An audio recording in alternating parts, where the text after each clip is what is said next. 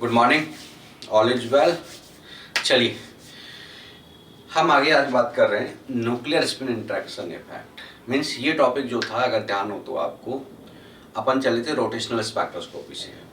Rotational के अंदर ये टॉपिक स्टार्ट होता है न्यूक्लियर स्पिन इंटरेक्शन इफेक्ट। कहने का मतलब है जिस मॉलिक्यूल की आप रोटेशनल लाइंस की स्टडी कर रहे हो, रोटेशनल ट्रांजिशन से मीन्स रोटेशनल लाइंस की बात कर रहा हूँ, उस पर उस मॉलिक्यूल के जो न्यूक्लियाई हैं, उन न्यूक्लियाइज का जो न्यूक्लियर स्पिन आई होता है एनएमआर वाला, उसका इफेक्ट होता है इसके ऊपर, जो रोटेशनल लाइन होती है उनकी इंटेंसिटी के ऊपर। क्लियर है? अब कंडीशन क्या है कि जिन मॉलिक्यूल्स में सेंटर ऑफ सिमेट्री होती है वो nuclear spin interaction effect show करते हैं। क्लियर? और न्यूक्लियर स्पिन इंटरेक्शन इफेक्ट की वजह से हो क्या रहा है, जो आपकी रोटेशनल लाइंस होती हैं उनकी इंटेंसिटी पे इफेक्ट होता है, या कहूं अल्टरनेट जो रोटेशनल लाइंस होती हैं उनकी इंटेंसिटी पे फर्क होता है। या तो इंटेंसिटी बदल जाती है या इतनी कम हो जाती है कि वो डिटेक्ट ही नहीं होती, हम कहते हैं अल्टरनेट लाइंस गायब हो जाती हैं। डन। अब रोटेशनल में इसको अपन ने क्यों नहीं पढ़ा था, हल्का सा रिवाइज करो दिमाग में। जिन मॉलिक्यूल्स में सेंटर ऑफ सिमेट्री है उनमें तो डाइपोल मोमेंट जीरो होगा, और जिन मॉलिक्यूल्स में डाइपोल मोमेंट जीरो होता है ऐसे गैसेस मॉलिक्यूल रोटेशनल स्पेक्ट्रा देते ही नहीं है। जब रोटेशनल स्पेक्ट्रा ही नहीं आया तो अल्टरनेट लाइन गायब कहाँ होगी, वहां तो सभी गायब है, पूरी दुनिया ही गायब है उनकी तो। क्लियर है? लेआउट क्लियर मैं क्या कह रहा हूं? क्लियर? तो गैसेस मॉलिक्यूल जिनमें सेंटर ऑफ सिमेट्री है उसकी रोटेशनल लाइंस का क्या हाल चाल है वहां पर रोटेशनल स्पेक्ट्रोस्कोपी में, उसकी लाइंस वैसी है जैसे अनुपम खेर का सर है। कागज तो है बट उगा हुआ कुछ नहीं है, सेम चीज मीन्स नो स्पेक्ट्रा, इसलिए वहां पढ़ा ही नहीं है अपन ने। फिर हमने बात किया था इस टॉपिक को rotational vibrational spectra, IR spectroscopy के अंदर जो गैसेस मॉलिक्यूल्स हैं जो आईआर सिग्नल देते हैं तो वो वाइब्रेशनल टेंशन के साथ साथ रोटेशनल ट्रांजिशन भी करते थे, तो उनकी वाइब्रेशनल लाइंस रोटेशनल लाइंस में स्प्लिट होती हैं। पीक्यूआर ब्रांच के नाम से जानते हो आप उन चीजों को। वहां पर ये इफेक्ट हमने पहली बार पढ़ा था, याद करो। वहां पर भी किन मॉलिक्यूल्स में पढ़ते थे, जिनके पास सेंटर ऑफ सिमेट्री है। अब आईआर में ऐसा कोई बाउंडेशन नहीं है कि जिनके पास सेंटर ऑफ सिमेट्री में जिनका डाइपोल मोमेंट जीरो होता वो आईआर एक्टिव नहीं होते। होते सिर्फ होमोडायटोमिक नहीं दे रहे थे, बाकी तो सब दे ही रहे थे। हर मोड आईआर एक्टिव हो ऐसा तो कोई जरूरी नहीं है, एक भी मोड आईआर एक्टिव है अपना काम हो गया। तो इसलिए हमने पहली बार इस इफेक्ट को वहां देखा था, क्योंकि पीक्यूआर ब्रांचेज में पी ब्रांच और आर ब्रांचों की जो लाइंस थी वो सक्सेसिव लाइंस 2B से सेपरेट रहती थी, और पहली बार में 4B का डिफरेंस होता था। ये हम ऑलरेडी डिस्कस कर चुके, वहां पर इस इफेक्ट को देखा था। अब बात कर रहे हैं हम रमन स्पेक्ट्रोस्कोपी के अंदर, और वहां पर भी किसमें, रोटेशनल रमन स्पेक्ट्रोस्कोपी के अंदर न्यूक्लियर स्पिन इंटरेक्शन इफेक्ट क्या इफेक्ट डालेगा। क्लियर? तो पहला पॉइंट ही क्या लिखेंगे, हाँ जी, मॉलिक्यूल्स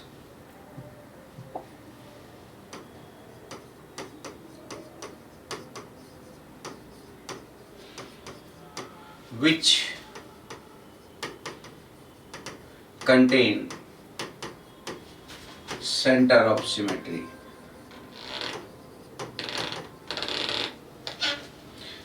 वो मॉलिक्यूल्स जिनमें सेंटर ऑफ सिमेट्री होती है। क्लियर? अब जिनमें सेंटर ऑफ सिमेट्री है उसमें दो कंडीशंस हमने बनाई थी, याद करो। एक, जिनका न्यूक्लियर स्पिन जीरो है। कौन सी दो कंडीशंस थी? एक, nuclear spin I is equal to zero, और दूसरा था nuclear spin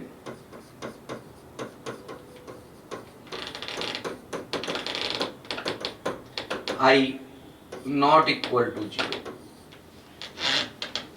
I not equal to zero.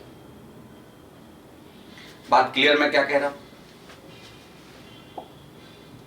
देखिए गौर से, जिनका न्यूक्लियर स्पिन जीरो है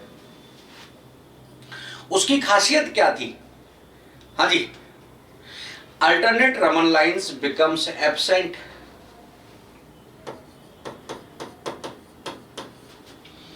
Alternate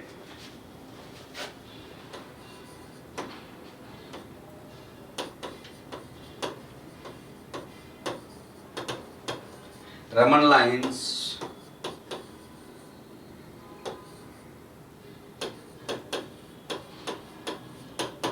absent.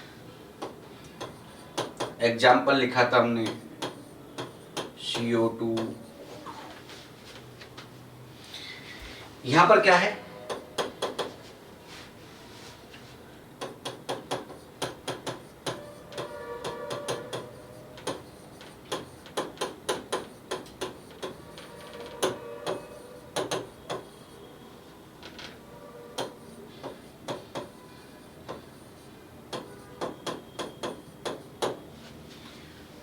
intensity of alternate lines becomes alter. Intensity of alternate lines becomes alter, बदल जाती है, changed एक ही बात है, alternate lines की intensity बदल जाती है। ओके, क्लियर है क्या कह रहा हूं? अब देखिए यहां पर हमने दो केस बनाए थे,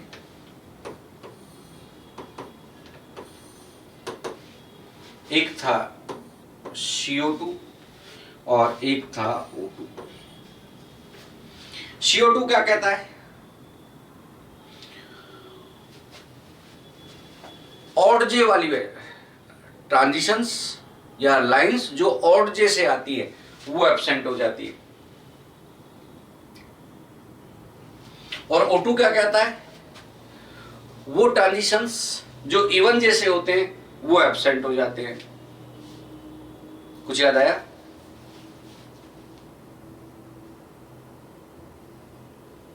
क्लियर क्या कह रहा हूं? तो क्या लिखेंगे O2 के नीचे, थोड़ा इसे हम ऊपर कर देते हैं,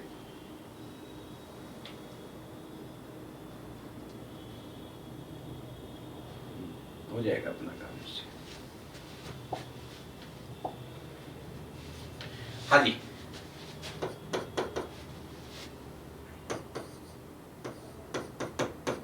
rotational Raman lines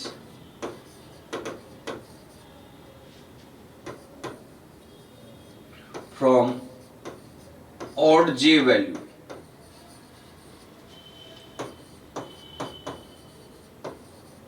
becomes even j value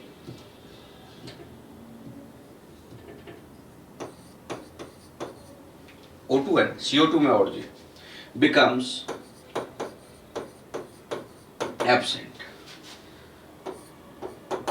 That is j is equal to 0, j is equal to 2, j is equal to 4 becomes absent.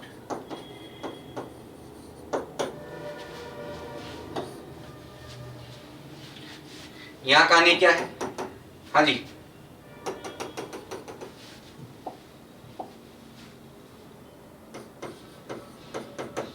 rotational Raman lines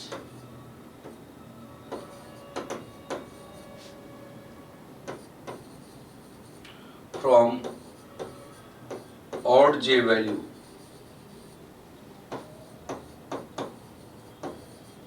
becomes absent. That is j is equal to 1, 3, 5 becomes absent.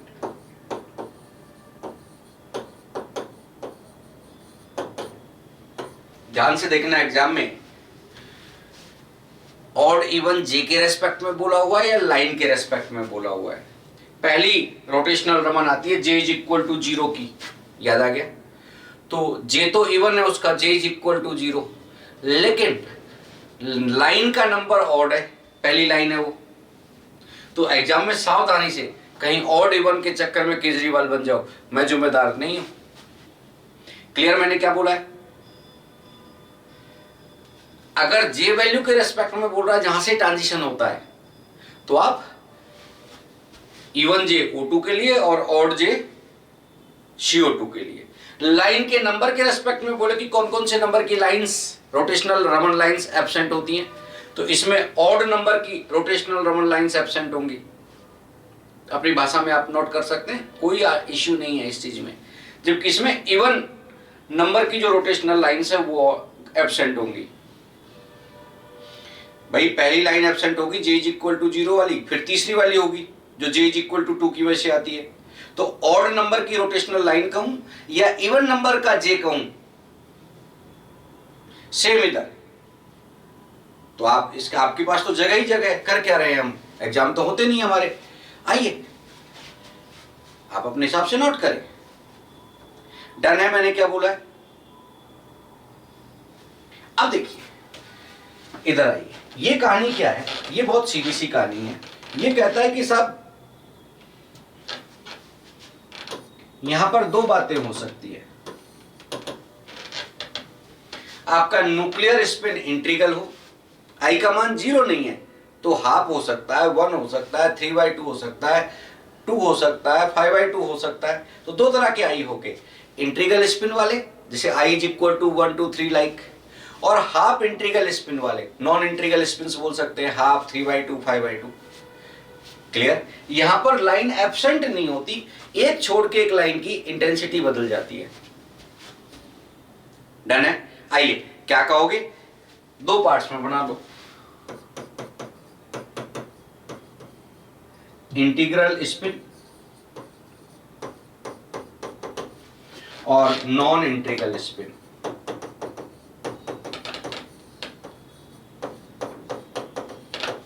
Integral spin का मतलब i is equal to 1 2 3, non integral spin का मतलब हो गया i is equal to half, 3/2, 5/2, इस तरह से। Done है। हाफ इंटीग्रल स्पिन और फुल इंटीग्रल स्पिन। आइए जरा अब बात करते हैं कि सब हाफ इंटीग्रल स्पिन का तो क्या होगा और इंटीग्रल स्पिन का क्या होगा। देखिए हम ये कहते हैं कि इसमें जे ऑड, ध्यान दें, ratio J even, J odd ratio J even, ये होता है, हाँ जी, I ratio I plus 1, I ratio I plus 1। समझे होंगे मेरी बात को। दो तरह से लिखा जा सकता है, J odd upon J even is equals to I upon I plus 1। Odd number के जे वाली जो रोटेशनल लाइन है वो, और उसके बगल वाली जो इवन नंबर की लाइन है, वो इवन नंबर के जे वाली लाइन है, वो उनका इंटेंसिटी रेशियो क्या होगा वो आ गया यहां पर। भाई पहली लाइन इवन जे वाली होती है, दूसरी लाइन ऑड जे वाली होती है। तो हम ये कह रहे हैं ऑड जे वाली लाइन के कंपेयर में इवन जे वाली जो लाइन है उसका बीच का इंटेंसिटी रेशियो क्या होगा। आपकी चॉइस है, जे इवन रेशियो जे ऑड लिखो तो आई प्लस 1 रेशियो आई लिखो, एज यू विश।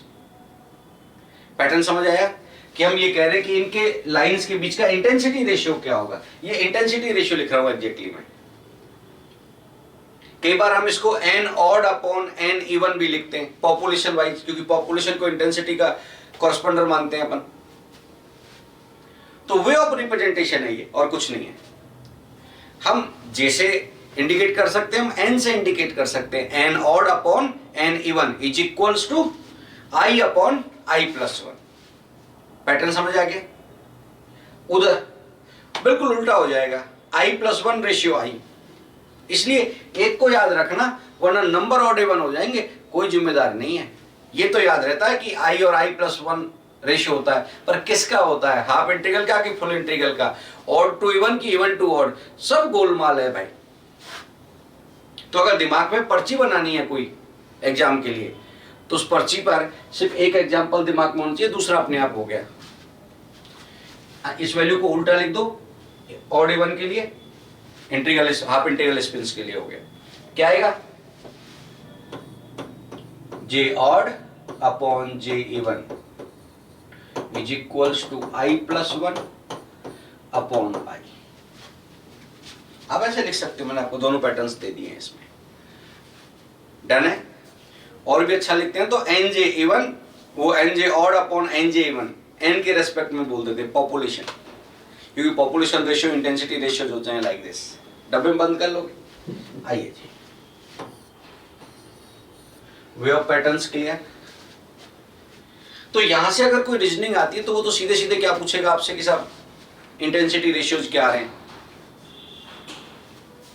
ओके, आइए सबसे पहले बात करते हैं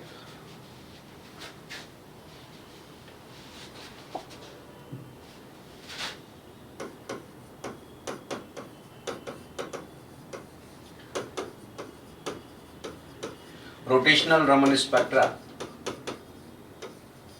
ऑफ O2। देखिए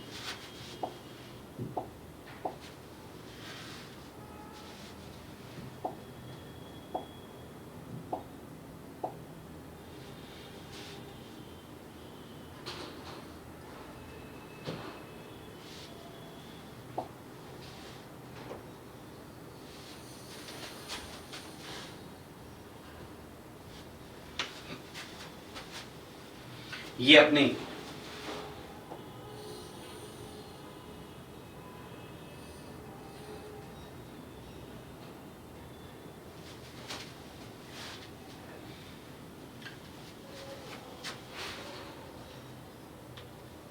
न्यू इज इक्वल टू 0 है। अब आप देखिए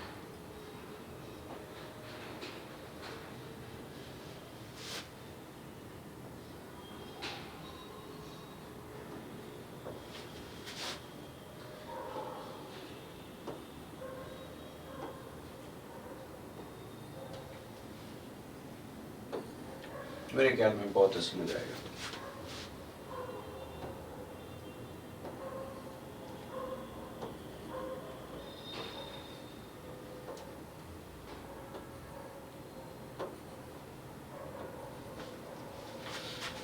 आपको पता है ये J is equal to 0, J is equal to 1, J is equal to 2, J is equal to 3,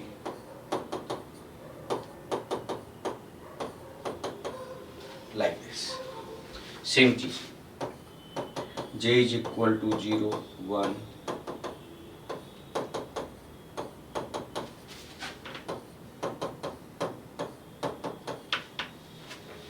done है भाई। देखिए अब कहानी क्या है उसे समझिए।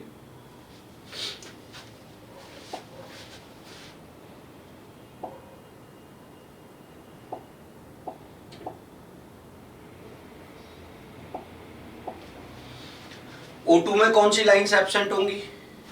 इवन J वाली, या कहूं ऑड नंबर की लाइन। तो पहली लाइन, तीसरी लाइन, पांचवी लाइन गायब होगी। डन। आइए, पहली एब्सेंट, दूसरी तो आएगी, तीसरी एब्सेंट, चौथी तो आएगी,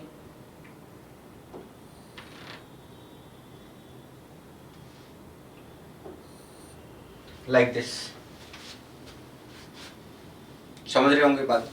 ऐसा कोई बाउंडेशन नहीं कि पहले बढ़ता हो फिर घटता हो, कहां पर इंटेंसिटी खत्म हो रही है, मैक्स कहां हो रहा है, वो ऑटोमेटिक काम है। आइए सेम चीज इधर, ये एब्सेंट होगी इवन J वाली, तो ये आएगी,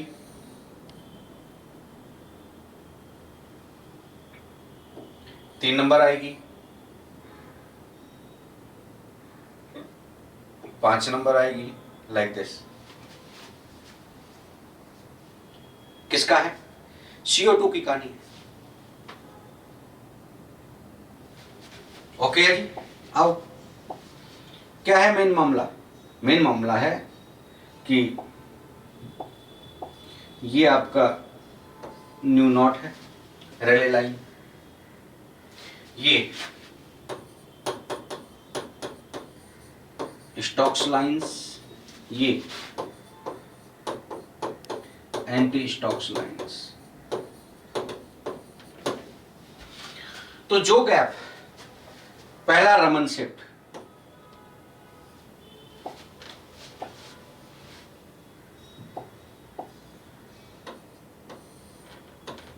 सिक्स भी हुआ करता था, अब वो 10 भी है। क्यों?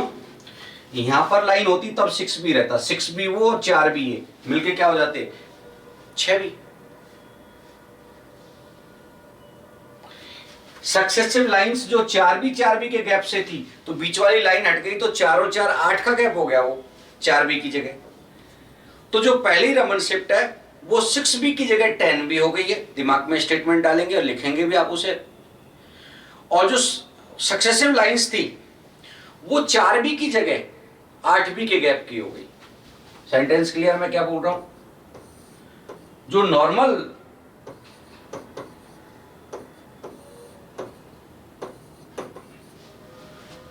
रोटेशनल रमन है उसमें क्या होता था, फर्स्ट रमन शिफ्ट 6b पर आता था, रेले लाइन से पहली लाइन का गैप 6b, और सक्सेसिव लाइंस आपस में 4b के गैप से होती थी।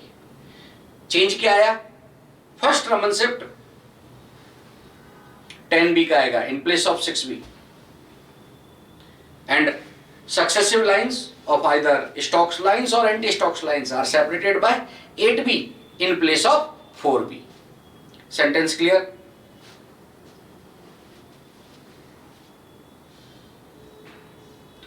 Done है? मैं क्या बोल रहा हूं? आइए जरा, अब आप दिमाग लगाएं इधर से। सेम, क्योंकि मिरर इमेज होते हैं डिस्टेंस वाइज। ये लोग कैसे होते हैं? मिरर इमेज होते हैं डिस्टेंस वाइज। हालांकि हाइट वाइज देखा जाए ना, जैसे अपन देख रहे हैं, अपन तो अभी सेम हाइट बना देते हैं ऑलमोस्ट, दोनों साइड की सेम नंबर की लाइन का। स्लाइटली स्टोक्स लाइन ज्यादा इंटेंस होती है बजाय किसके? एंटी स्टोक्स के। मैं फर्स्ट लेक्चर में आपको इस चीज के बारे में बोल चुका हूं, और उसके पीछे रीजन भी है। अगर देखा जाए तो आप कल क्वांटम थ्योरी देख रहे थे, स्टोक्स लाइन कब आती थी? जब जिस लेवल से जाता है आते समय ऊपर वाले लेवल में रुके, लोअर लेवल से ट्रांजिशन करता है, अपर लेवल में जाके रुक जाता है वापसी में। और एंटी स्टॉक कब आती थी? जब अपर लेवल से जाए और आते समय लोअर लेवल में। जय माता दी, सेंटेंस समझ गए होंगे मैं क्या कह रहा हूं? तो भैया जिस लेवल से जाओगे पॉपुलेशन उसकी ज्यादा होती है, लोअर लेवल की। रमन में स्टॉक्स लाइंस लोअर लेवल से ट्रांजिशन करती हैं, जबकि एंटी स्टॉक में कंपैरेटिव कहां से जाती है? अपर लेवल से, सेम नंबर की लाइन। जैसे अगर मैं बात करूं रोटेशनल रमन में, फर्स्ट रोटेशनल लाइन की बात करूं, ये तो अलग फॉर्मूला हो गया, अपन किसी और मॉलिक्यूल का करता। J इज इक्वल टू 0 से जाता भाई, और J इज इक्वल टू 2 में रुक जाता। पहली स्टॉक लाइन आती 0 से जाता और आते समय कहां रुकता? J इज इक्वल टू 2 में। तभी तो delta J plus minus 2 formula है अपना। डन डन डन डन दिमाग के अंदर।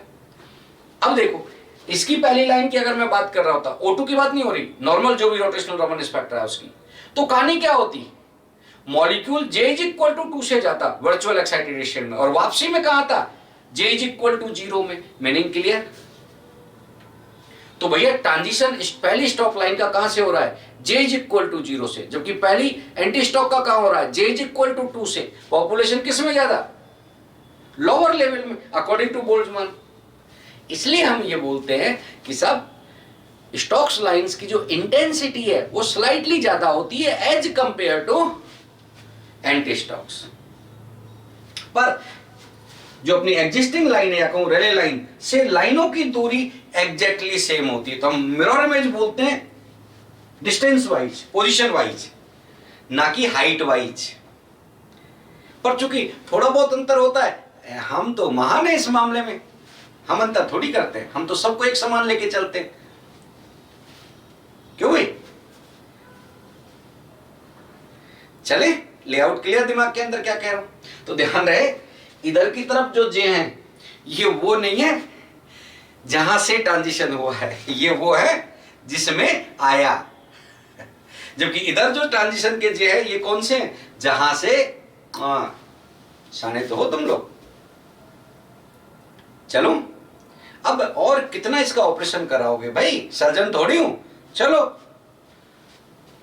आगे बढ़ा जाए। Layout clear? क्या कहा मैंने? सेम चीज।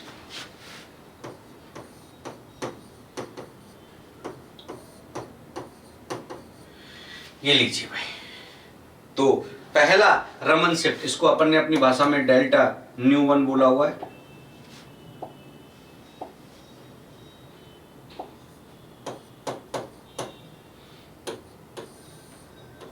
ये अपना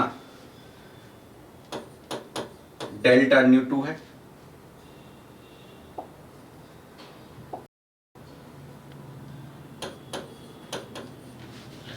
clear?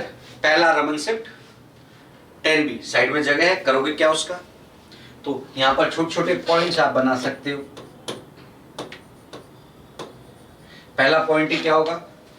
Transitions from even J becomes absent. दूसरा पॉइंट क्या होगा? First Raman shift becomes 10b in place of 6b। तीसरा पॉइंट क्या बनाएंगे? Successive lines either stocks or anti-stocks separated by 8b in place of 4b।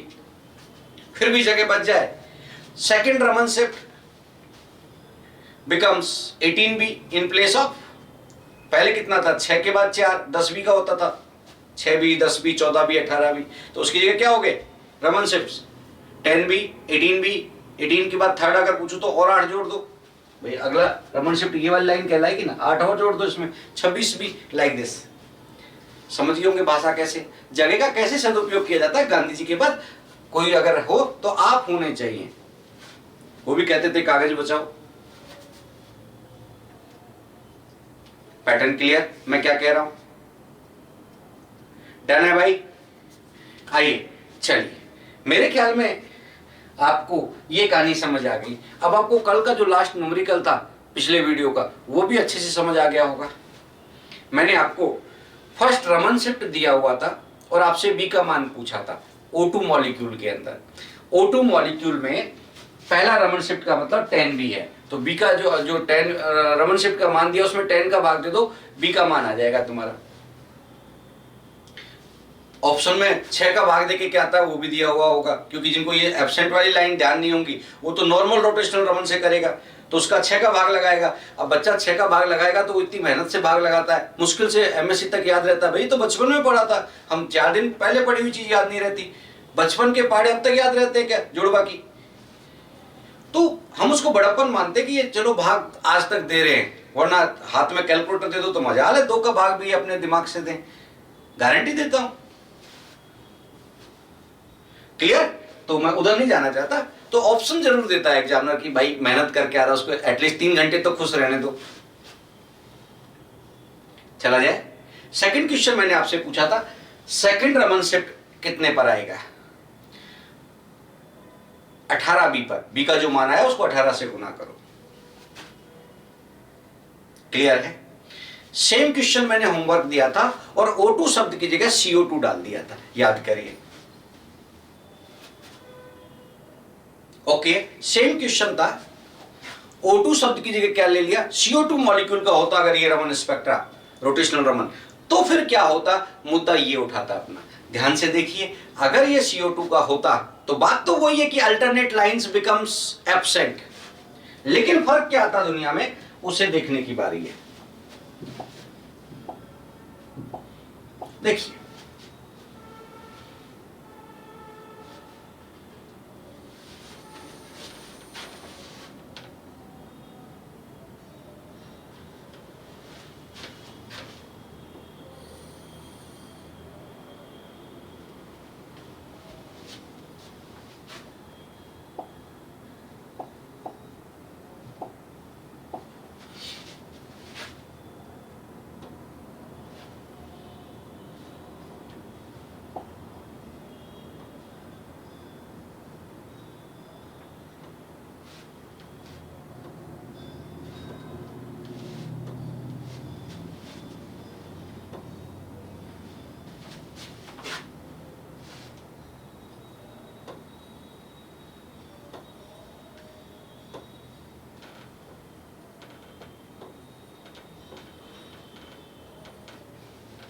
वही j is equal to 0, j is equal to 1 2 3 4 5 6 same चीज इधर,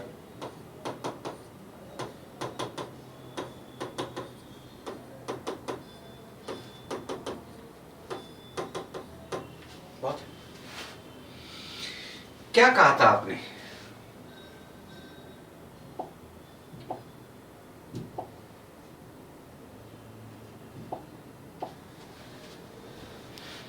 odd जे absent होती है CO2 के अंदर, ऊपर हेडिंग डाल देंगे rotational spectra Raman spectra of CO2। आइए, ऑड जे गायब होती है, इसका मतलब ये जिंदा रहेगी,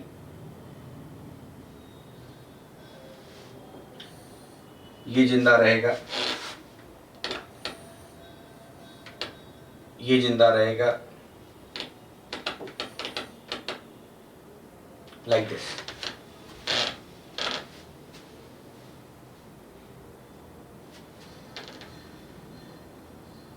चलिए सेम चीज इधर,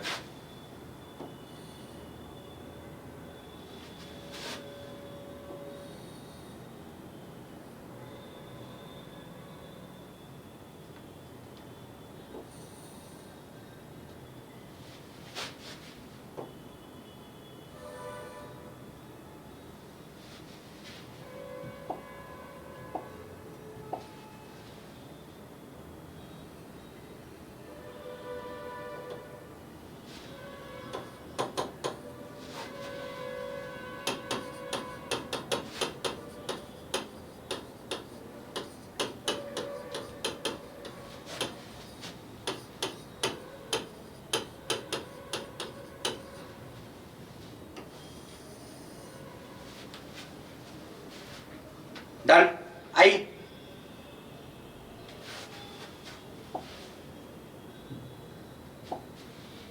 गौर से देखिए, पहली लाइन एब्सेंट नहीं हुई है, नतीजा पहला रमन शिफ्ट 6B पर ही आएगा।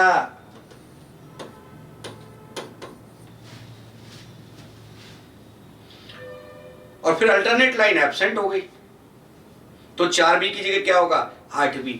तो जिनको ये दिमाग में सेट हो जाता है कि आई जब 0 होता है तो अल्टरनेट लाइन गायब हो जाती है, यहां तक सही है, पर यह सेंटेंस गलत है, जिसकी वजह से फर्स्ट रमन शिफ्ट 10B हो जाता है और बाकी सारे गैप 8B के हो जाते हैं। कतई गलत है, सेंटेंस O2 के लिए सही है, CO2 के लिए सही नहीं है, दोनों में आई 0 होता है। क्लियर? CO2 के अंदर पहली रमन शिफ्ट वैसी ही रहती है जैसी नॉर्मल है, क्योंकि पहली लाइन आ रही है, एब्सेंट नहीं हुई। डन। अप्रोच क्या है? आइए जरा, अब ये क्या है सर? 8B।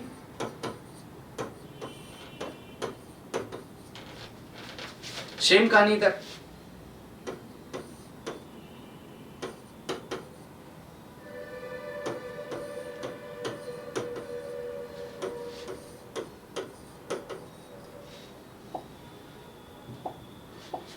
क्लियर? तो पहला रमन शिफ्ट जिसे आप डेल्टा ν1 बोलते हैं वो 6B पर ही है। दूसरा रमन शिफ्ट 14B पर है, 8 और 6 14।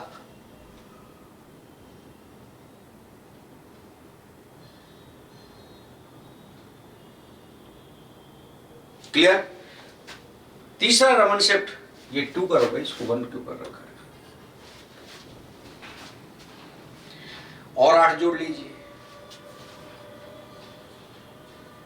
Pattern okay? क्या कह रहा हूं? तो वही साइड में जगह होंगे, छोटे छोटे से पॉइंट बनाएंगे। पहला पॉइंट ही क्या होगा? Transitions from odd J becomes absent और even number of lines becomes absent. एक ही बात है, ऑड जे का मतलब इवन नंबर की line. Transition from odd J becomes absent और even number, even numbers line becomes absent. एक ही बात है। सेकंड पॉइंट क्या लिखेंगे? First Raman shift is as usual appears at 6B। As usual first Raman shift 6B पर आता है, जैसा नॉर्मल आता है। क्लियर? क्या कहेंगे?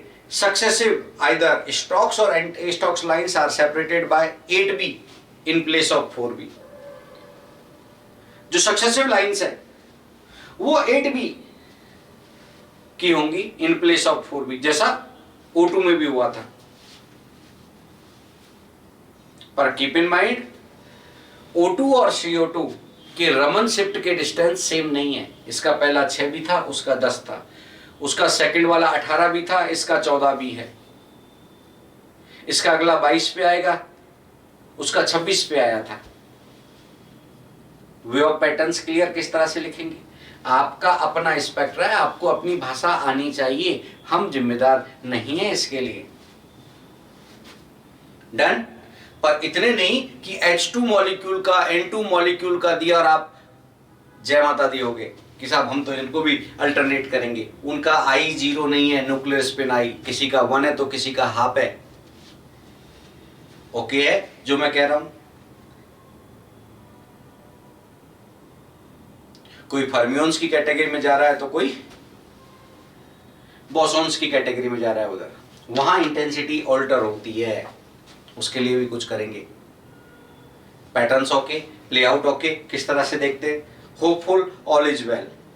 Rotational Raman spectra of CO2 molecule किस तरह से पॉइंट आउट करेंगे, किस तरह से अपनी हेडिंग्स को देखेंगे, योर चॉइस। डन? स्पेक्ट्रा अगर दिमाग में क्लियर है तो आप पूछने दो। अब आप अपने उन्हीं दोनों क्वेश्चंस को देखिए जो लास्ट वीडियो में किए थे। इस डायग्राम पर ले जाके अपने दिमाग को अपने आप तोते की तरह बोलोगे कि किसका आंसर क्या होगा। कीजिए फटाफट। देखिए अब हम बात करने जा रहे हैं, जब न्यूक्लियर स्पिन जो है अपना वो क्या है एग्जैक्टली, 0 नहीं है तो दो हो सकते हैं, या तो इंटीग्रल स्पिन होगा या नॉन इंटीग्रल स्पिन होगा, या तो फ्रैक्शन में होगा या पूर्णांक संख्या होगी, ये बात है। तो हमने कुछ एग्जांपल लिए। ओके, सब में सेंटर ऑफ सिमेट्री है, क्योंकि ये सारे इफेक्ट्स देखने के लिए पहला लिटमस टेस्ट क्या होता है, क्या मॉलिक्यूल में सेंटर ऑफ सिमेट्री है तो ही बात करनी है, वरना नहीं करनी। ओके, अब देखिए पहला एग्जांपल हम बोल रहे हैं तो कॉर्नर वालों को देख लिया करो। हाइड्रोजन है, I हाफ है, क्या है, I हाफ। और जब आप हाई है, I हाफ है, तो अपनी कहानी क्या थी, इंटेंसिटी ऑफ ऑड नंबर की लाइन और इंटेंसिटी ऑफ इवन नंबर की लाइन का रेशियो पर ने क्या लिखा था, I+1 रेशियो I, और I का मान कितना है यहां पर, हाफ, तो हाफ प्लस 1 1.5, तो 1.5 रेशियो आधा, मैं 3 रेशियो 1 बोल सकता हूं। भाई इसका फॉर्मूला क्या था मेरे लिए, ऑड इवन का, जब I हाफ है तो हाफ इंटीग्रल स्पिन वाला हो गया, और हाफ इंटीग्रल स्पिन में फॉर्मूला क्या है अपना, I+1 ratio I, odd ratio even के लिए, तो I+1 का मतलब 1.5 हो गया, रेशियो आधा, 1.5 रेशियो आधा कहूं या 3 रेशियो 1 कहूं, एक ही बात है। पैटर्न क्लियर जो मैं कह रहा हूं, 3:1 पहला पॉइंट। ओके, आइए फुल इंटीग्रल स्पिन है N2, तो जो N2 का आएगा वही D2 का आएगा, 1 वालों का सेम आएगा, हाफ वालों का सेम आएगा, पहले से मेंशन कर दो। तो अगर नाइट्रोजन 15 यूज हुआ है, नाइट्रोजन 15 का न्यूक्लियर स्पिन I हाफ होता है, जबकि नाइट्रोजन 14 का 1 होता है, तो हाफ वाले सेम, अब 1 वाले को पकड़ो, 1 का मतलब है इंटीजर स्पिन, और इंटीजर स्पिन में फॉर्मूला था I ratio I+1, I ratio I+1 और 2 इवन, यही था। I का मान कितना है, 1, तो 1 रेशियो 1+1 मीन्स 2, 1 रेशियो 2, तो इसका भी 1 रेशियो 2 ही आएगा। Pattern clear? एग्जाम में सीधे रेशियो पूछ लेगा तुमसे। क्लोरीन 35 लें या 37 लें, I का मान 3/2 ही होता है, तो Cl2 molecule I3/2 half integer spin है, इसका मतलब फॉर्मूला हो गया I+1/I। तो I+1 1.5 तो ये पहले से ही है, 1 और जोड़ दो 2.5, 2.5/1.5 या कहूं 5/3।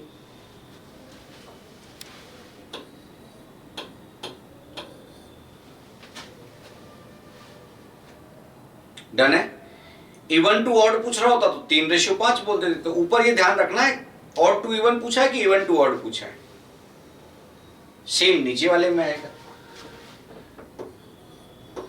अब कई बार दिमाग में आता है साहब ये कौन है, कुछ नहीं है, एसिटिलीन के HO को हटा के क्लोरीन लगा दी, ऐसे क्या घबराते हैं, ऐसा थोड़ी तुम पढ़ाई भूल गए होंगे। Hope all is well. Done है भाई, किस तरह से सोचते हैं। तो ये जो पॉइंट है अपना वो खत्म हुआ किसका, कि रोटेशनल रमन स्पेक्ट्रा के ऊपर न्यूक्लियर स्पिन इंटरेक्शन इफेक्ट किस तरह से ऑब्जर्व होता है और उससे क्या रीजनिंग बन सकती है, उससे हमें किस तरह से सॉल्व करना है। क्लियर है, लेआउट क्लियर। आइए हम नेक्स्ट स्पेक्ट्रोस्कोपी की तरफ मूव करते हैं, जिसे हम वाइब्रेशनल रमन स्पेक्ट्रोस्कोपी बोलते हैं।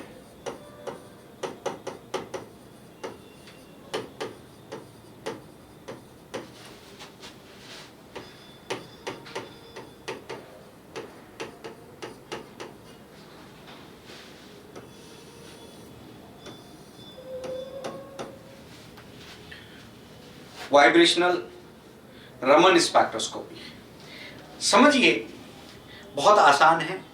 हम सिस्टम को दोनों चॉइस ले सकते हैं, हार्मोनिक की तरह ले सकते हैं और एनहार्मोनिक की तरह ले सकते हैं। एनहार्मोनिक हम प्रेफरेंस देते हैं क्योंकि अब हम मास्टर्स कर चुके, अगर बीएससी में होते तो हम हार्मोनिक लेके अपना काम ले लेते हैं। क्लियर है। सबसे पहले क्या कहेंगे, all molecules can give vibrational Raman spectroscopy. पहला पॉइंट ही दिमाग में क्या आना चाहिए, all molecules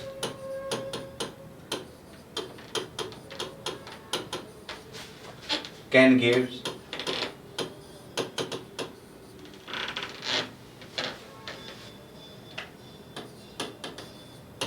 vibrational Raman spectra.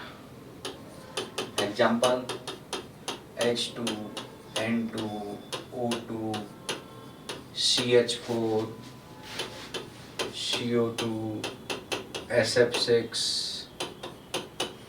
NH3 सब पर लागू है।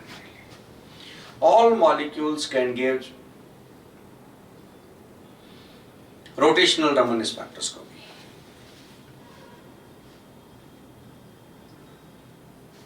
क्लियर है अपनी बात। हम यहां पर जो डिस्कस करेंगे वो एक तरह से डायटोमिक मॉलिक्यूल को लेके डिस्कस करेंगे। कारण क्या है, हार्मोनिक और एनार्मोनिक आपने डायटम में पढ़ा है, पॉलीएटम में तो फिर अपने आप में वो लेंदी पार्ट हो जाता है आपका, और गैसेस होगा तो फिर दूसरी कहानी आ जाती है। क्योंकि आप एक मॉड को लेके, मेरा जो कहने का सेंस है वो है एक मॉड को लेके आप स्पेक्ट्रा पढ़ते हो। आपका जो डायग्राम होता है वो एक मोड का होता है। मैं आपको 0 पॉइंट एनर्जी उसमें बता चुका हूँ, वाटर की, CO2 की, कि हर मोड के लिए इंडिविजुअल हार्मोनिक और एनार्मोनिक प्रोफाइल होता है, सबका अपना फंडामेंटल फ्रीक्वेंसी होती है, सबका अपना। तो जो एक पे स्टेडी है वही अदर मोड्स पे स्टेडी है। Meaning clear. तो हमारा सेंस जो रहेगा वो डायटम है। पीछे जो पढ़ा वो भी एक तरह से डायटम ही है अपना। लीनियर मॉलिक्यूल्स की रोटेशनल, डायटम की रोटेशनल जैसी होती है, इसलिए कॉमन चल गया। आइए जरा अब हम क्या कह रहे हैं, सबसे पहले समझिए कि यहां पर है क्या। वाइब्रेशनल एनर्जी सिस्टम जो है एनहार्मोनिक लेके बात कर रहे हैं, तो आपकी कहानी क्या थी, omega bar V plus half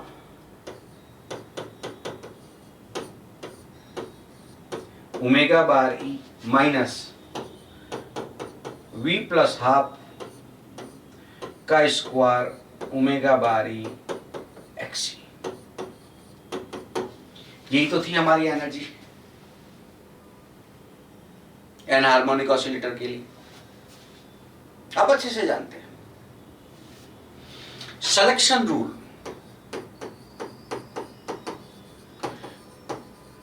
तो मेरा जो सिस्टम मैंने लिया है रोटेशनल वाइब्रेशनल रमन के लिए, उसकी एनर्जी का फॉर्मूला है ये। चूंकि मैंने डायटम लिया है तो डायटम के एज ए एनहार्मोनिक सिस्टम लिया है तो उसकी वही लिखी जाएगी जो होती है। सिलेक्शन रूल ध्यान दे, डेल्टा वी 0 प्लस माइनस 1, गौर से देखिए 0 प्लस माइनस 1। याद करो अगर वाइब्रेशनल स्पेक्ट्रोस्कोपी में पढ़ रहा होता तो plus minus 1 plus minus 2 plus minus 3 so on है। सेम चीज यहां पर भी है, सेम चीज यहां पर भी है, पर मैं आगे क्या लिख रहा हूं, 4 फंडामेंटल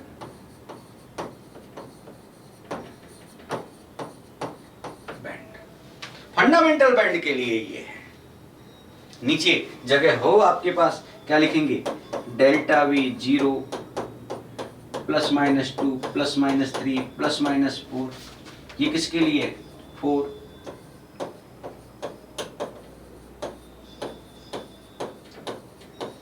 ओवरटोन बैंड्स। अगर वो ओवरटोन के लिए बात करेगा तो सिलेक्शन रूल ये रहेगा, कॉमन लिखना है तो भैया 1 को लिख दो प्लस माइनस करके, तो वो कॉमन एक्सप्रेशन हो जाएगा सबके लिए। हम अलग लिखना पसंद कर रहे हैं। डन है बात, लेआउट क्लियर किस तरह से बात कर रहा हूं, मींस वही सिलेक्शन रूल है जो आईआर में एनहार्मोनिक में पढ़ा था, बस एक जीरो लगाना, क्योंकि रिले लाइन के लिए जीरो वाला यूज होता है अपने, और बाकी हिस्सा रमन के लिए होता है। अब मजेदार चीज क्या है, प्लस माइनस 1 एक लेवल का गैप है ये, तो एक लेवल का गैप तो वही रहेगा जो आईआर में पढ़ा है आपने। कितना पढ़ा था, ओमेगा बारी 1 माइनस 2xc फंडामेंटल के लिए।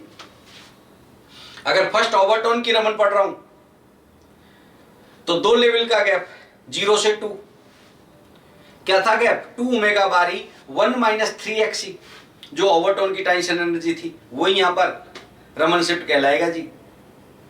क्या मेरी बातें समझ आई होंगी, किस तरह से सोचना है चीजों को, इजी है।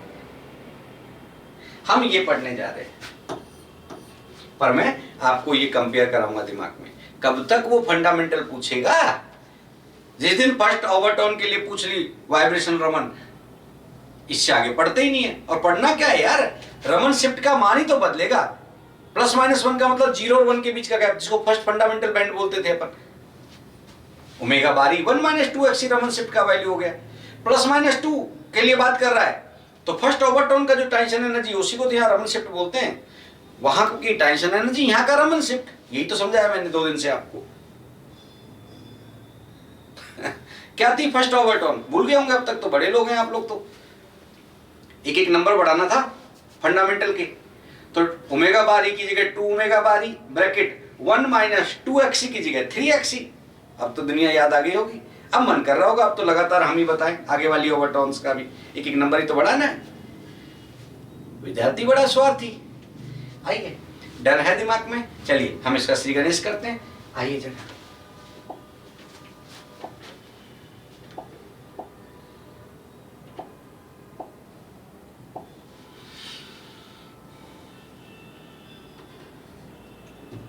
अभी तो उसी को चलने दो। जो सिलेक्शन रूल है आपका,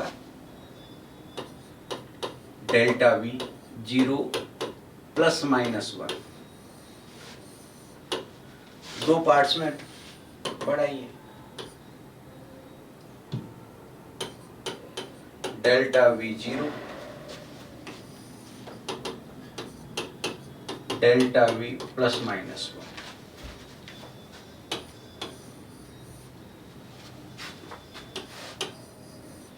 क्या कहोगे,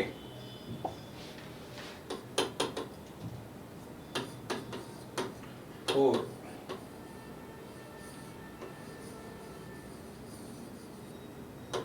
रेले lines,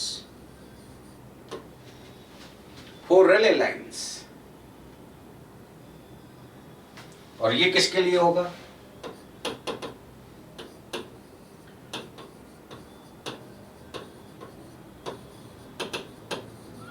four Raman lines, 4 Rayleigh lines और 4 रमन लाइंस। डन। आइए, क्या कहोगे, nu naught is equal to nu S, ये तो कॉमन है, जीरो वाला इसी के लिए होता है। फॉर रमन लाइंस, हाँ जी, क्या कह दोगे? Delta nu Raman shift omega bar 1 minus 2 x.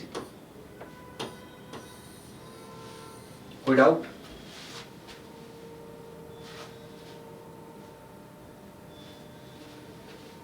Common sense. v is equal to 0, v is equal to 1, यही तो गैप है जिसे रमन शिफ्ट बोलोगे। 0 से जाएगी वर्चुअल एक्साइटेड स्टेट में और आते समय 1 में रुक जाएगी तो स्टोक्स लाइंस, और 1 से गया वर्चुअल एक्साइटेड स्टेट में ग्राउंड में आ गया तो anti Stokes lines.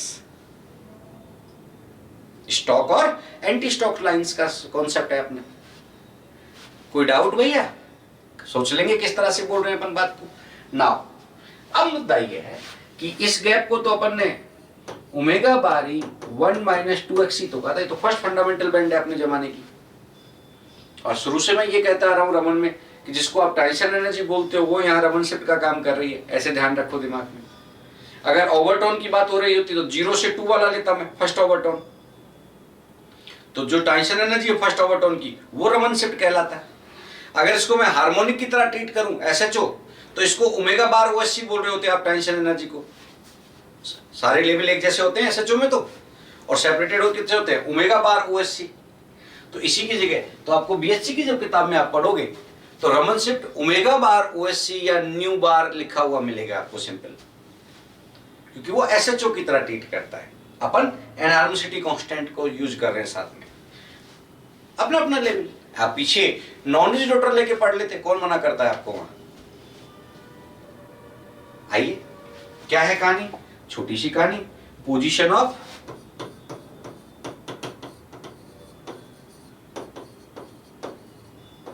Raman lines. हाँ जी, दो होती हैं अपनी।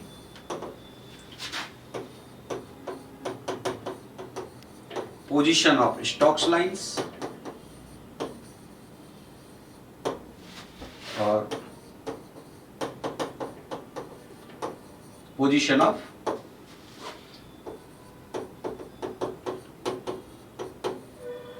Anti Stokes lines.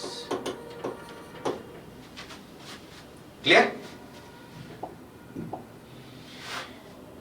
New S क्या बताया था? न्यू नॉट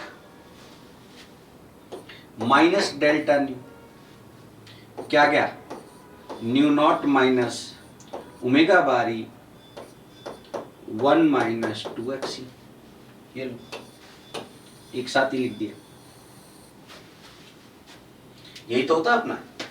रिले लाइन में से रमन शिफ्ट घटाऊंगा तो स्टोक्स लाइंस की पोजीशन आ जाएगी, और रमन शिफ्ट जोड़ूंगा तो एंटी स्टोक्स लाइंस की पोजीशन आ जाएगी। कॉमन कॉन्सेप्ट अपना।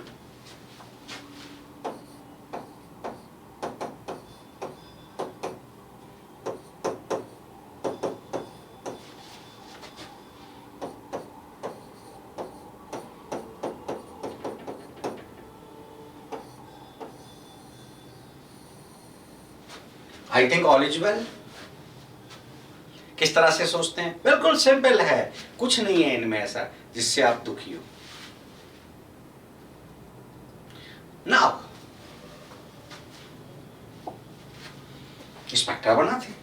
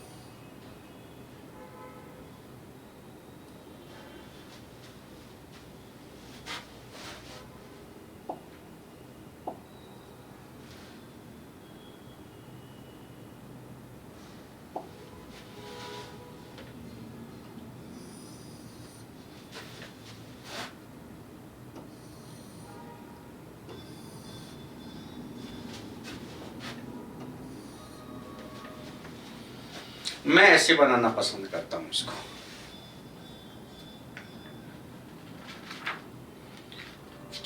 मेरा कॉन्सेप्ट क्लियर? हम ऐसे बनाते हैं, जरूर नहीं आप यहां इसको टेको, आसान कर देता हूं, डोंट वरी।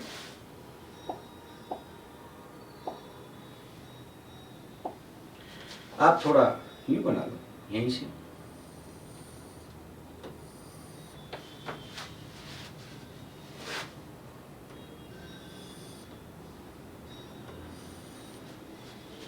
अब वो सुंदर लगेगी आप, हाँ ऐसा ज्यादा अच्छा है। बोलो ये क्या है? ये आप सऊदी अरब अमीरात वगैरह कहीं गए हो तो आइडिया लगेगा।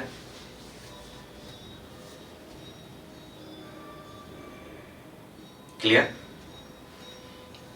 पहली चीज दिमाग में डालें कि जब आप वाइब्रेशनल रमन स्पेक्ट्रोस्कोपी बना रहे हैं तो दो ही लाइन आएंगी, एक स्टॉक में और एक एंटी स्टॉक में। और बहुत सारी क्यों नहीं आई?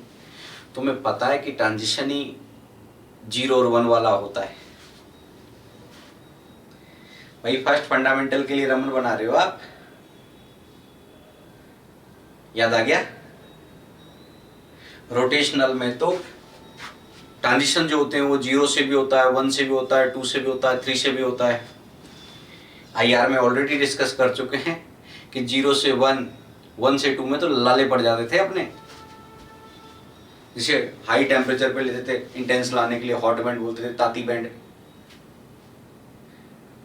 तो जिंदा रहो दिमाग में। तो एक ही स्टॉक आएगी और एक ही एंटी स्टॉक लाइन आएगी। क्लियर है? गारंटी कहां से मिलेगी? मन नहीं मानता है ना। देखो पोजीशन ऑफ सिग्नल के फॉर्मूले में कहीं भी वाइब्रेशनल क्वांटम नंबर है क्या? वी का मान, वहां तो जे का मान था फॉर्मूले में, जे के अलग अलग मान रखो, नई नई पोजीशन आ जाती थी। क्या यहां पर वी है? नहीं है। अगर इसमें वी होता तो v is equal to 0, v is equal to 1, v is equal to 2, vibrational levels है ही नहीं। रोटेशनल रमन में था J, B 4J + 6, J का मान अलग अलग रखो, अलग अलग लाइन्स आती थी। डन रहेगा दिमाग में? चला जाए लेआउट क्लियर मैं क्या बोल रहा हूं? इजी है, डन है बहुत, और कहानी खत्म तुम्हारी रमन स्पेक्ट्रोस्कोपी की। जी ये आपका कौन हो गया? New not.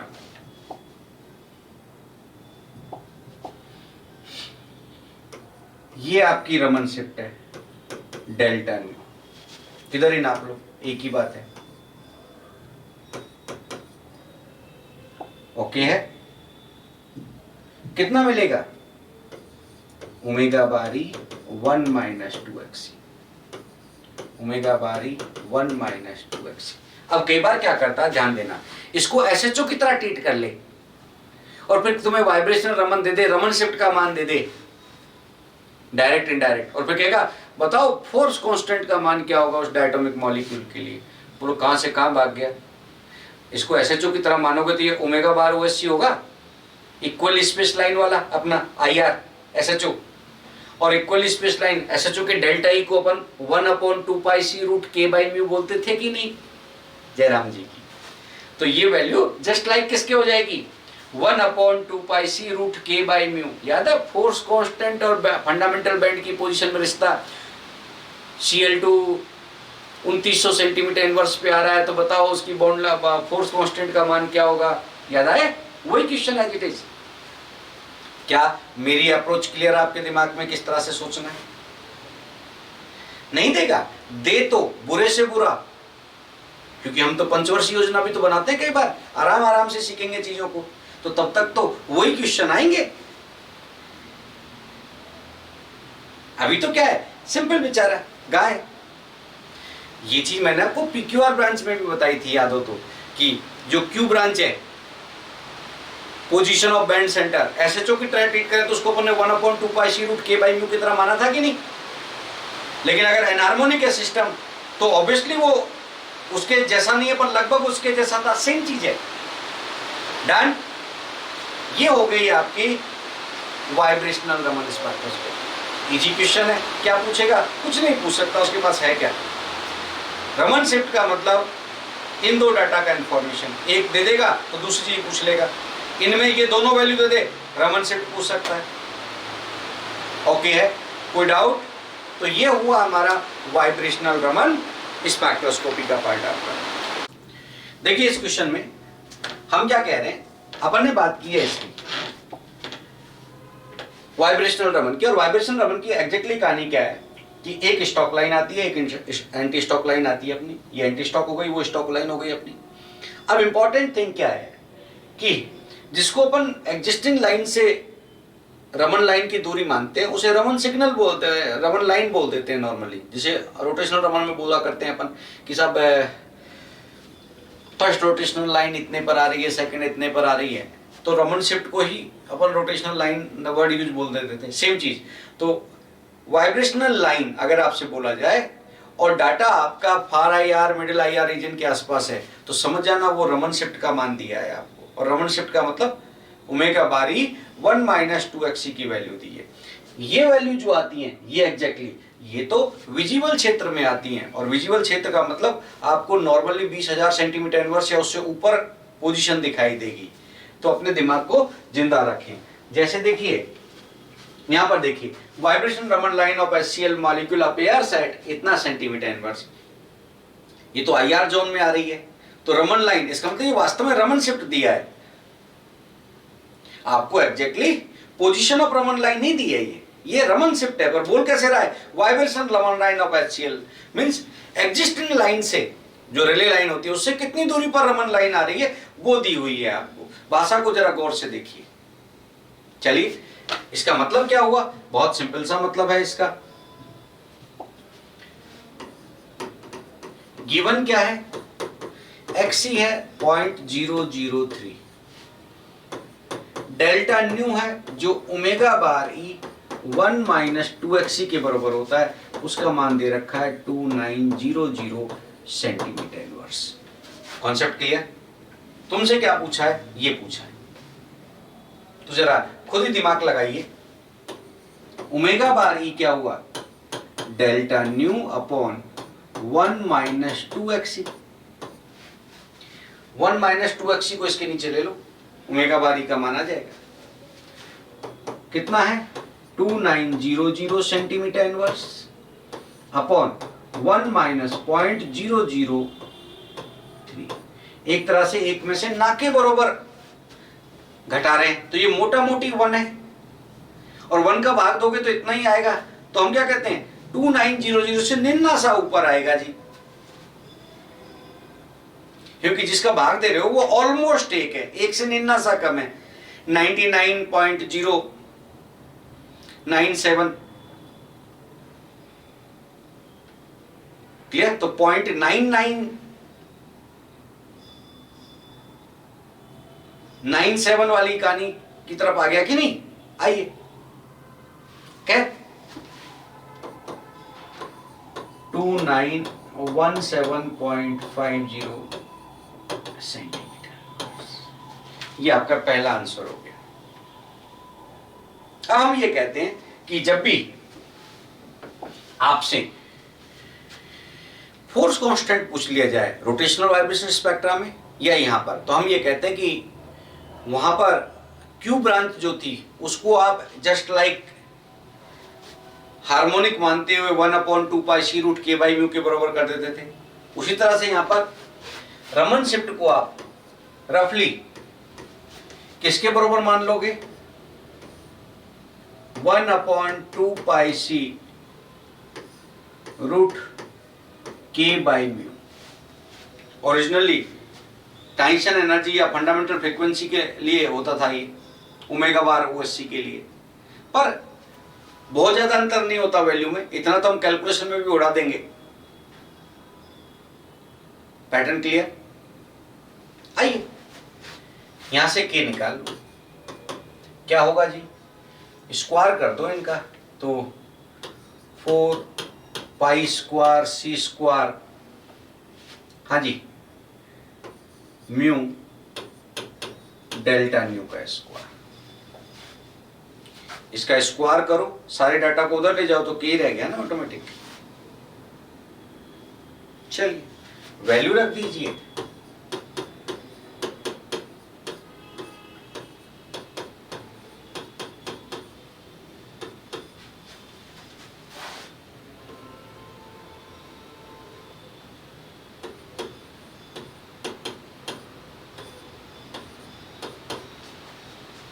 रिड्यूस मास, अब आपको पता है रिड्यूस मास का मतलब m1 m2 upon m1 plus m2, और उसको फिर केजी में कन्वर्ट कर लेना।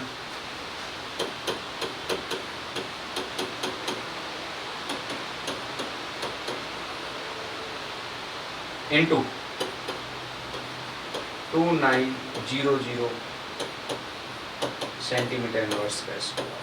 समझ गए होंगे?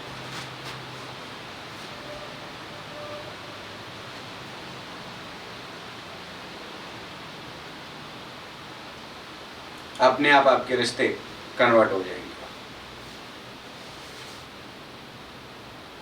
डन? किस तरह से सोचना है?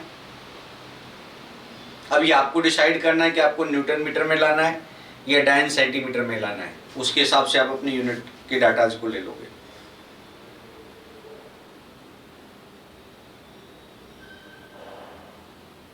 तो सबसे आसान होता है सी उसके अकॉर्डिंग ले लो, मीटर पर सेकंड ले लो, अपने आप आपके डाटा कन्वर्जन में आ जाते हैं। मैंने आपको फोर्स कांस्टेंट के क्वेश्चंस एसएचओ के अंदर करवा रखे हैं स्टार्टिंग में। ये वही क्वेश्चन का पैटर्न है, ऑलरेडी डन है। इस क्वेश्चन का यहां से कोई लेना देना नहीं है देखा जाए तो। वहां पर ने क्वेश्चन कर रखा है HCl का फंडामेंटल फ्रीक्वेंसी 2900 पे आ रही है, तो बताओ फोर्स कांस्टेंट का मान कितना होगा। ये as it is copy paste है। हम तो यहां बता रहे हैं कि रमन शिफ्ट एक्चुअली में तुम्हारी फंडामेंटल फ्रीक्वेंसी है IR की। ओके है, कर लेंगे, बेस्ट ऑफ लक। हम तो बने इस काम के लिए। तो ये हो गई आपकी वाइब्रेशनल रमन स्पेक्ट्रोस्कोपी। अब देखिए एक और होती है, जब गैसियस सैंपल है और वाइब्रेशनल स्पेक्ट्रा ले रहे हो तो प्योर वाइब्रेशनल तो आ ही नहीं सकता, वाइब्रेशन के साथ साथ रोटेशन होगा। तो आपकी vibrational Raman rotational vibrational Raman देगी। सेंटेंस समझ आया? तीसरा पैटर्न कौन सा है? Rotational vibrational Raman. सिर्फ आपको नॉलेज होनी चाहिए, इसमें से एग्जामिनर कुछ पूछेगा नहीं ऑब्जेक्टिव के अंदर, पर आना चाहिए सोचना कि मैं क्या कह रहा हूं। जैसे अपन याद करो PQR ब्रांच के लिए क्या पढ़ा करते थे, भूमिका कहां से बनाते थे कि जब सैंपल गैसियस है तो वाइब्रेशनल टेंशन के साथ साथ रोटेशनल ट्रांजिशन भी होंगे। नतीजा जो IR सिग्नल है वो रोटेशनल लाइंस में स्प्लिट हो जाएगा, जिसे हम PQR ब्रांच कहते थे। और PQR ब्रांच डिसाइड होती थी डेल्टा J क्या आ रहा है, रोटेशनल टेंशन के लिए सिलेक्शन रूल क्या फॉलो हो रहा है, 0 ± 1। डन? आइए जरा सेम कहानी यहां पर है, जरा इस स्पेक्ट्रा को देखिए आप। जब सैंपल गैसेस मॉलिक्यूल नहीं है तो ये आएगा वाइब्रेशनल रमन। लेकिन अगर मेरा सैंपल गैसियस है तो वो वाइब्रेशन के साथ साथ रोटेशन भी करेगा। नतीजा वाइब्रेशनल ट्रांजिशंस के साथ साथ रोटेशनल ट्रांजिशंस भी होंगे। डन है कहानी? तो यहां पर दो तरह के सिस्टम काम करेंगे, सिस्टम IR वाला मींस वाइब्रोनिक रोटर वाला, और रोटर रिजिड रोटर।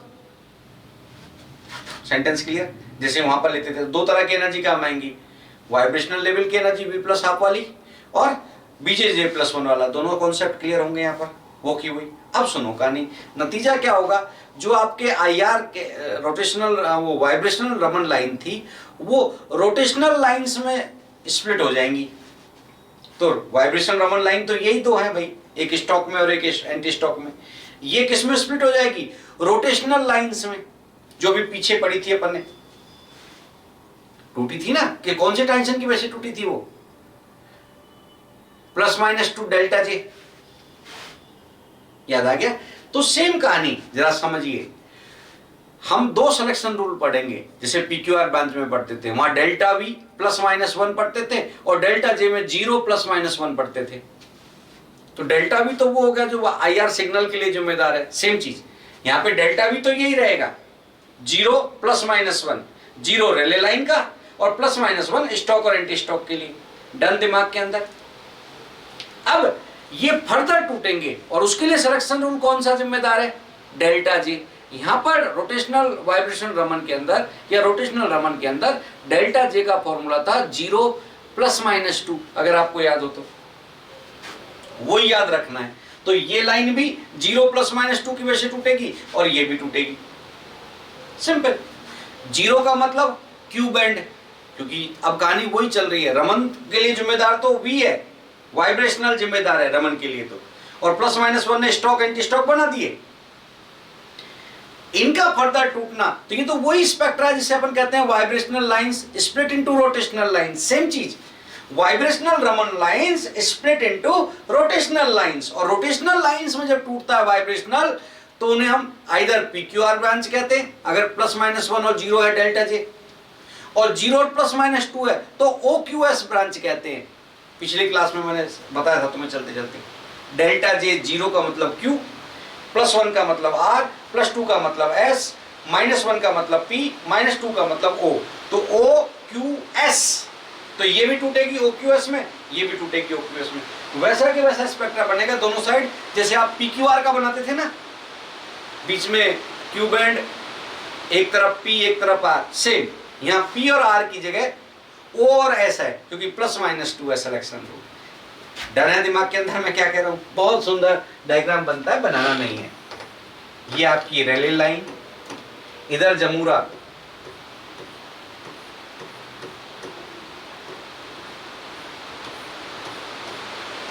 समझ रहे होंगे मैं क्या बना रहा हूं? बहुत प्यारा। ये वैसा ही है जैसा पी क्यू आर बोलते थे, ऐसे यहां ओ क्यू एस बोलेंगे। सेम इधर, क्लियर? यहां ओ, बीच में क्यू और इधर एस, इसका मिरर इमेज होता है। इधर ओ इधर होगी और एस इधर होगी, क्योंकि वहां माइनस में चलता है ना, घटने के नाम पर उल्टा चलता है, मिरर इमेज। बस ध्यान ये रखना है, ये वो ओरिजिनल लाइन है, ये वाली लाइन, ये वाली लाइन है ये।